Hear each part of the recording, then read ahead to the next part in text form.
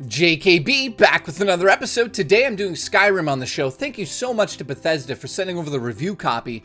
There's a reason why I wear this hat and have this Triforce tattooed to my arm, because I'm, well, obviously a huge fan of Legend of Zelda, but I used to have this dream after playing Link to the Past, which is my all-time favorite game. I thought, one day I want to play this in a serious open world where I can do anything. And on November 11th, 2011, that happened. Skyrim was released.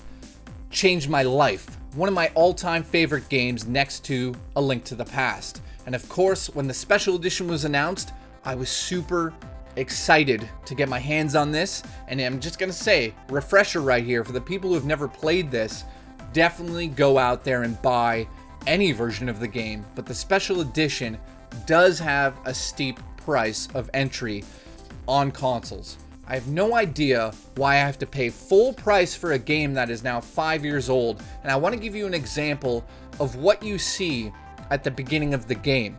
There's an archer who's essentially turning to pivot to shoot somebody who's escaping, and as you can see from the animation, we're dealing with some like PS2 horrible animation.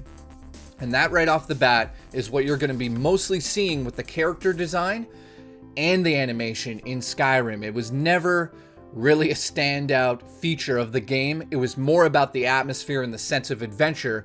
And this time around, that's what they focused on in this special edition. And that's why I'm going to just say it right now. Why wouldn't I say this? Go out and buy it. Again, go buy this right away. It's a must own.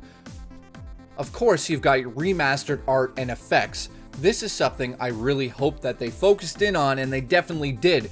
There's another aspect of the animation and the character design that I was so disappointed with the original game. I mean, the first 20 minutes of Skyrim is horrible. Animation is shit.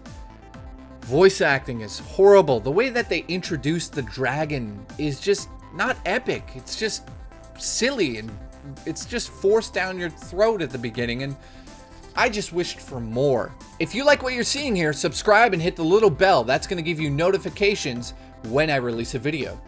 At this point in time still, go and buy the game, it's amazing. Then they've added some Godrays. Of course, Godrays are something that, you know, these devs use as a tool to be like, look at the graphics in our game. In Skyrim, with an atmosphere like this, I gotta admit, Godrays actually help this experience. They really do. So I'm gonna say that's a plus.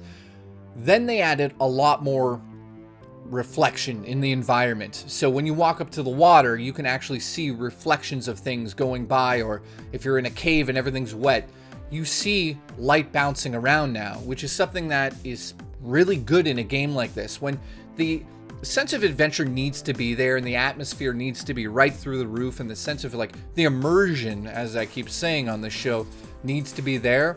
The only thing that takes you out of this is the animation and characters and dialogue at times. It is horrible.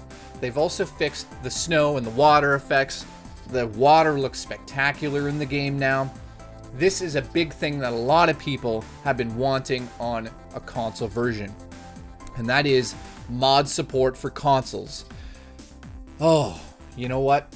I gotta say, there's nothing like installing a crazy mod into Skyrim. However, I gotta be honest with you guys, I'm not a huge, gigantic fan of modding games. I understand that's a lot of fun for a lot of people, and I think after you complete this game, it's really cool to go back and be able to mod. There are some differences between the Xbox One version and the PS4 version in terms of the modding community and what they can do. Essentially, Microsoft has allowed outside external assets to be used in the making of mods.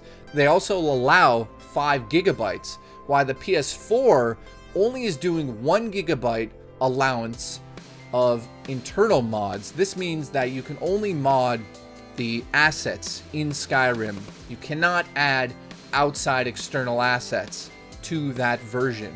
So if you have both systems, I'm just saying now, and don't start a flame war over this, but I'm saying the Xbox One version is the way to go if you're obsessed with mods and you really want to dive deep into that. What I think is really cool is the Special Edition is native 4K on PlayStation Pro and on PC, so that is definitely going to heighten your experience with this game.